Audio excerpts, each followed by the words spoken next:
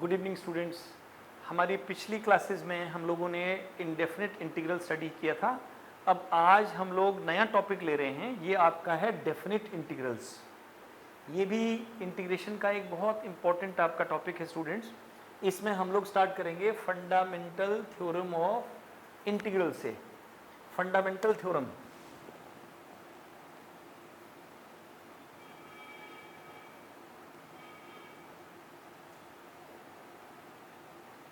देखिए स्टूडेंट्स, इसमें यह है कि इंटीग्रल अगर f(x) कोई कंटिन्यूअस फंक्शन है, if f(x) is a continuous function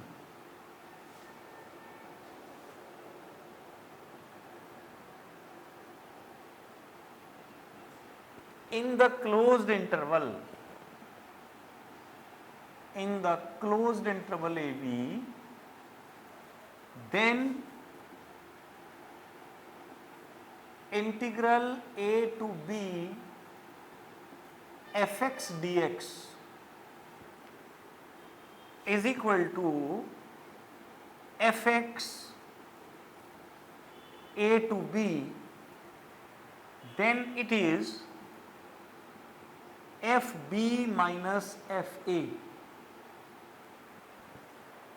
इसे कहते हैं students fundamental theorem of definite integral.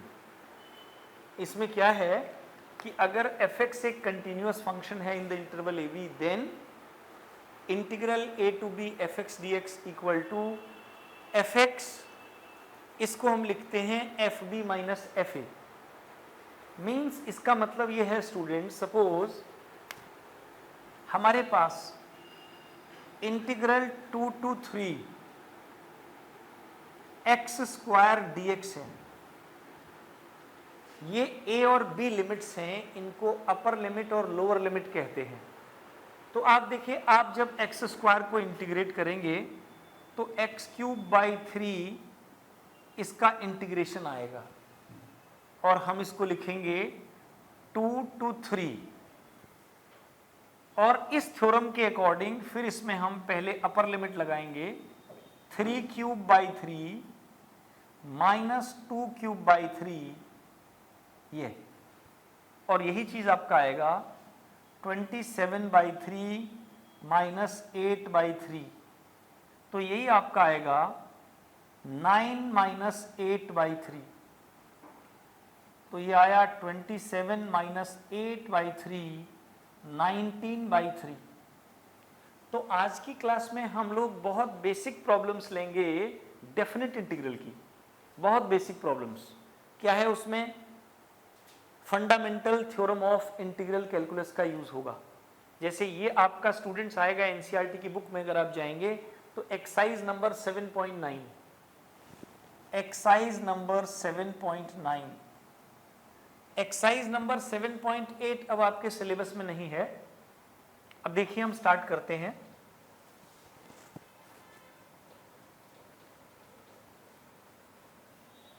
Question first, evaluate, ये है integral -1 to 1, integral -1 to 1 x + 1।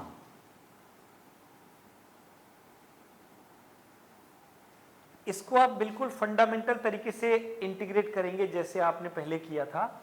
तो ये आपका integral I equal to x का इंटीग्रल आया आपका x²/2 प्लस 1 का आपका इंटीग्रल आया x। पहले आपने ऐसे लिखना है -1 से 1। अब आप इसको अपर लिमिट पहले लगाएंगे, जैसे आपको बताया था integral a to b f(x) dx। अगर इस f(x) का इंटीग्रल f(x) है तो a to b, then upper limit fb minus lower limit fa। ऐसे आपने चलना है। तो क्या आएगा? आप अपर लिमिट लगाएंगे पहले 1²/2 प्लस 1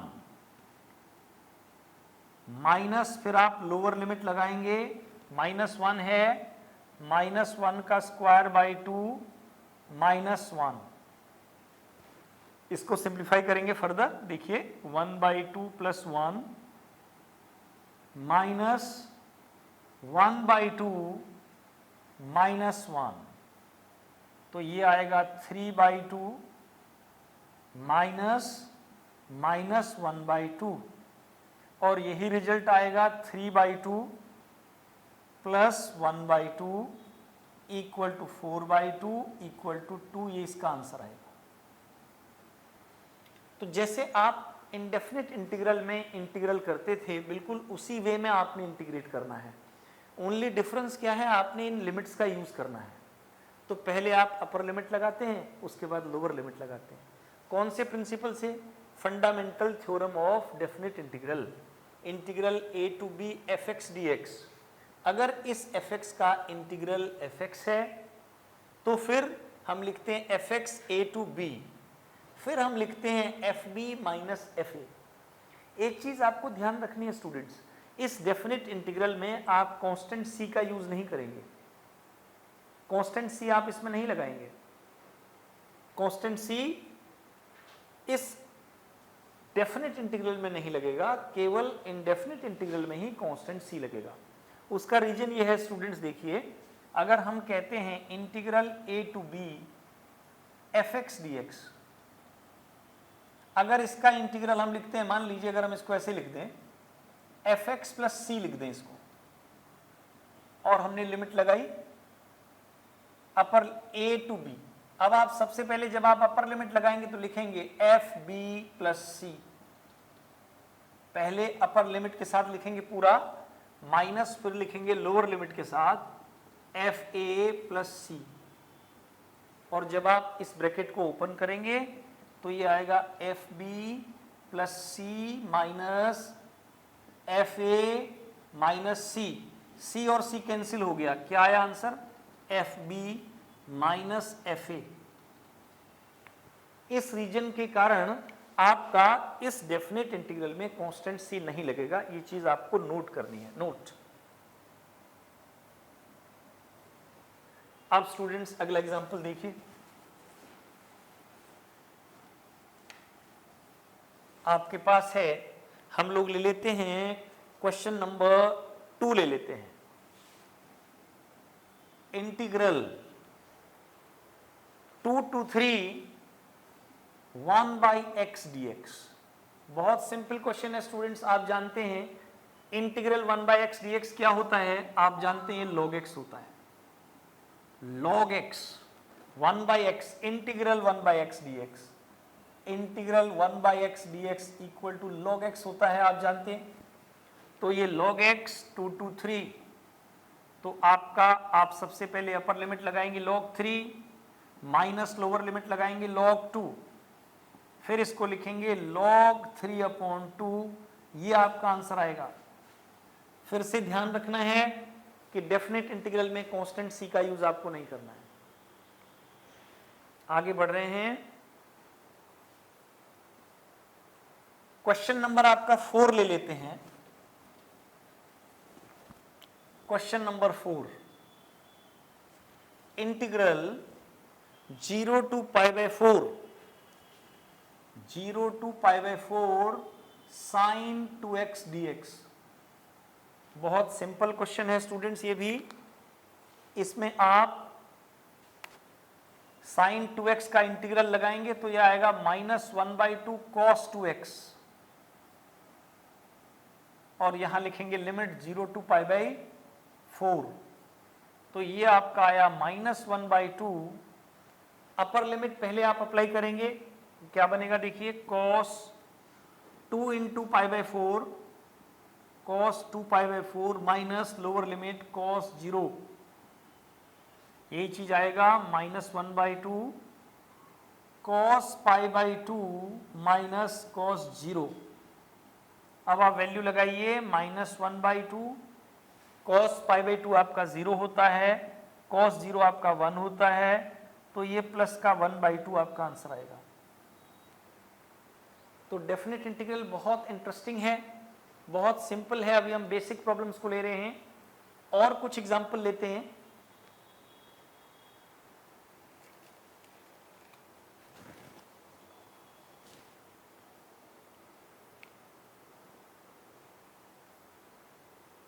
इंटीग्रल आपकी एक्सरसाइज का क्वेश्चन नंबर ले रहे हैं,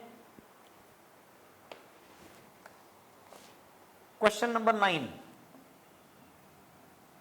इंटीग्रल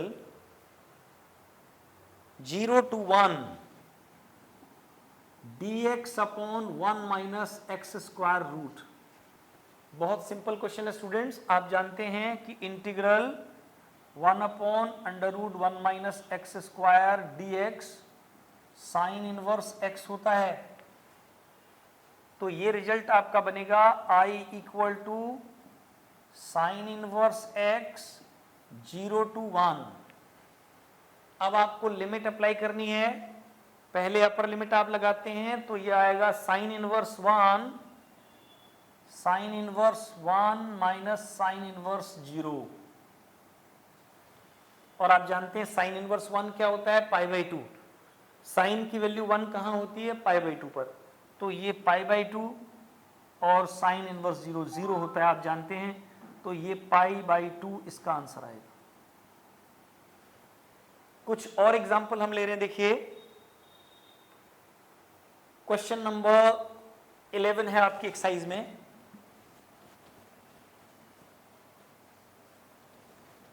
क्वेश्चन नंबर 11, इंटीग्रल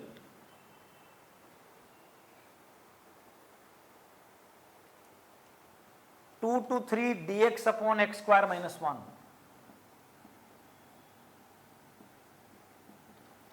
ये स्टूडेंट्स आप याद करिए, integral dx upon X square minus A square, क्या फॉर्मूला होता है इसका, 1 upon 2a log x minus a upon X plus a। तो आपका ये जो इंटीग्रल है I, ये बिल्कुल यही है, सिंपल फॉर्मूला है, 1 upon 2 log of x minus 1 upon X plus 1, और लिमिट है इसकी 2 to 3। अपर लिमिट पहले लगाएंगे तो क्या बनेगा, 1/2 log 3 minus 1 upon 3 plus 1। Upper limit पहले लगाई, देन माइनस में लॉग, लोअर लिमिट लगा रहे हैं 2 माइनस 1 अपॉन 2 प्लस 1। देखिए आगे सॉल्व करते हैं, क्या बनता है, देखिए 1/2 लॉग, ये 2 अपॉन 4 बनेगा, माइनस लॉग 1 अपॉन 3 बनेगा। अब आप जानते हैं कि log a upon b log a minus log b होता है, ये लॉग a अपॉन b हो जाता है। तो आप क्या लिखेंगे इसको, 1/2 लॉग ऑफ 2/4 का मतलब है 1/2 अपॉन 1/3। तो यही चीज बनेगा 1/2 लॉग 3/2, ये आंसर आ जाएगा। आप अपनी बुक में देखेंगे तो ये इस क्वेश्चन का आंसर होगा। कुछ और एग्जाम्पल एक दो हम देखते हैं, देखिए integral 0 to 1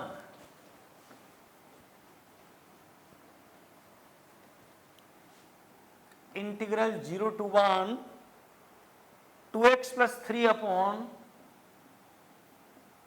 5x square plus 1 dx। देखिए स्टूडेंट्स, ये आपके बहुत सिंपल क्वेश्चंस हैं जो आपने पहले भी पढ़े हैं। तो I इक्वल टू, ये क्वेश्चन नंबर है आपकी बुक में, क्वेश्चन नंबर 14। इसको आप दो पार्ट्स में लिख देंगे। पहले integral 0 to 1 2x upon 5x square plus 1 dx, plus अगला पार्ट आप लिख लेंगे 3 integral dx upon 5x square plus 1, ये लिख देंगे। अब देखिए, ये आपको अगर ध्यान आ रहा है तो ये आपका सब्स्टिट्यूशन वाला इंटीग्रल है। 5x स्क्वायर प्लस 1 को t लगाकर आपका ये बनता है 10x dx equal to dt। तो x dx आपका क्या बन सकता है, यहां से x dx आपका बन सकता है 1/10 dt। तो ये आपका जो पहला पार्ट है ये आपका बना 2/10 इंटीग्रल dt अपॉन t। अब स्टूडेंट्स एक चीज आपको ध्यान रखनी है, आगे हम और डिटेल में बताएंगे इसको। जब आप डेफिनेट इंटीग्रल के अंदर कोई सब्स्टिट्यूशन अप्लाई करते हैं तो उसकी लिमिट भी चेंज होती है। जैसे आप देख रहे हैं यहां पर हमने 5x² + 1 को t लगाया, हम यहां पर I1 पार्ट सॉल्व कर रहे हैं, ये I1 पार्ट लिया हमने, दिस I1 पार्ट की बात कर रहे हैं। हमने 5x² + 1 को t लगाया, अगर आप इसमें x की जगह देखिए लोअर लिमिट क्या चल रही है 0, आप यहाँ x की जगह 0 लगाइए, यहाँ पर 0 + 1 तो ये 1 आ जाता है। ऐसे ही अपर लिमिट इसकी 1 है, अपर लिमिट 1 है तो अगर आप अपर लिमिट 1 लगाते हैं यहाँ तो 5 + 1 ये 6 बन जाता है। ये सब्स्टिट्यूशन वाला पार्ट डिटेल में हम अगली एक्सरसाइज में डिस्कस करेंगे। और ये प्लस यहाँ पर जो सेकंड पार्ट आपका बन रहा है ये आप लिख सकते हैं, इसको 5 बाहर कॉमन ले लीजिए, dx अपॉन x², लिमिट क्या है इसकी 0 to 1 प्लस 1/5। यही चीज आप बनेगी, देखिए स्टूडेंट्स पहला वाला जो इंटीग्रल है ये कंप्लीट हम लिख रहे हैं यहाँ पर I = देखिए ये 2/10 हुआ 1/5, dt अपॉन t हुआ log t, log t इधर 1 to 6। अब आपको एक चीज ध्यान रखनी है, यहां पर t की वैल्यू वापस नहीं रखनी है क्योंकि हमने यहां लिमिट चेंज कर दी, तो t इसी पर हम ये वैल्यू अप्लाई करेंगे। और ये जो सेकंड वाला पार्ट है +3/5 integral 0 to 1 dx upon x² plus 1/√5 का स्क्वायर। तो यहां पर तो पहले पार्ट में 1/5 log 6 minus log 1, second part में इसमें जो आपका फॉर्मूला अप्लाई होगा dx upon x² plus a²। अब तक सारे रिजल्ट्स आपके टिप्स में आ चुके हैं स्टूडेंट्स। ये होता है 1/a tan inverse x upon a, तो ये आया +3/5 इंटू 1/a का मतलब 1/√5 tan inverse x upon a x√5 बनेगा। और यहां पर 0 to 1 लिखेंगे। अब यही चीज बनेगी 1/5 log 6 plus 3/√5 tan inverse, upper limit आप लगाएंगे यहां पर तो tan इनवर्स √5 हो जाएगा, माइनस अगर आप लोअर लिमिट लगाते हैं तो tan इनवर्स 0 हो जाएगा। और tan इनवर्स 0 0 होता है तो आपका फाइनल रिजल्ट बन रहा है students 1/5 log 6 plus 3/√5 tan inverse √5। ये आपका आंसर आएगा इस क्वेश्चन का। तो डेफिनेट इंटीग्रल में आप ये देख रहे हैं जो बेसिक प्रॉब्लम्स हैं उनको हमने इंडेफिनिट की तरह ही सॉल्व करना है, बस उनमें एक चीज हमें क्या करनी है, लिमिट अप्लाई करनी है।